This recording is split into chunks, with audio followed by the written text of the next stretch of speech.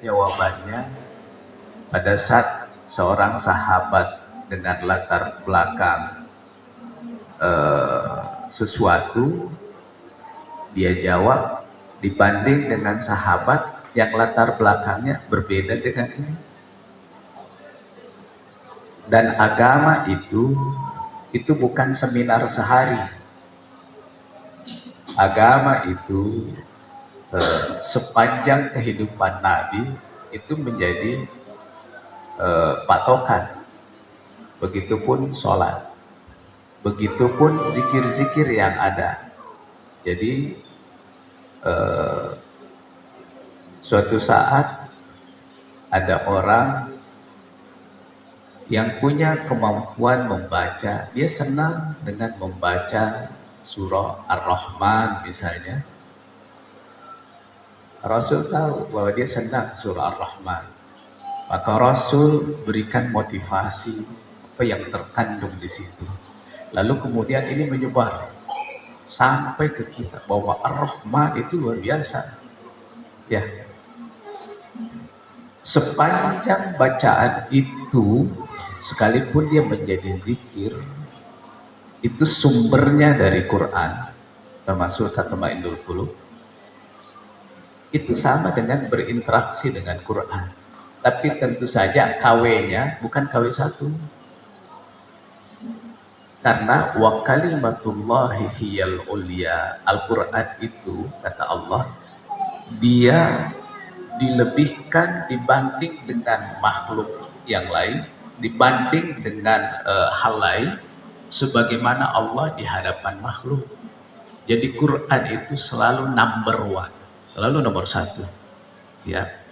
Dan Quran itu kita tahu, Quran itu dari Al-Fatihah sampai An-Nas, itulah Al-Quran. Kalau kita baca Ar-Rahman, itu bagian dari Al-Quran. Kita berinteraksi, tapi bagian-bagiannya. Bukan berarti salah. Nah, orang yang berinteraksi zikir di luar dari itu yang kemudian masuk dalam penegasan Nabi. Ya. Kenapa? Karena ungkapan ini lahir pada saat Rasul berhadapan, ini Quran dicuekin. Quran nggak diperhatikan, yang diperhatikan. Sehingga Rasul katakan, yang berinteraksi dengan Quran, yang memperhatikan Al-Quran, yang sibuk dengan Al-Quran, dia tidak punya waktu untuk sibuk dengan ini. Allah lebih memperhatikan. Nah sekarang balik ke kita. Saya bingung, Ustaz, ini kok banyak sekali. Justru dengan banyaknya info, jangan kita buat bingung mana yang mudah untuk kita ikuti. Nah, itulah kita ikuti. Nah, bagaimana dengan Quran?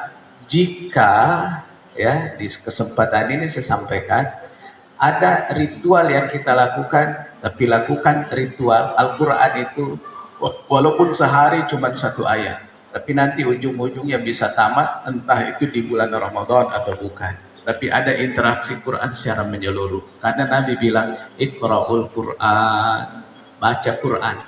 Berarti kalau Quran itu dari awal sampai akhir. Karena itu, fa'innahu ya'ti yawmal qiyamati syafi'an li ashabi. Nanti Quran itu akan memberikan syafaat. Ya. Jadi ada waktu untuk itu, dan waktunya tidak harus menyita. Ya. Tidak harus menyita waktu yang lain. Saya rasa lagi menunggu anak-anak masuk kelas, satu ayat kan memungkinkan ya.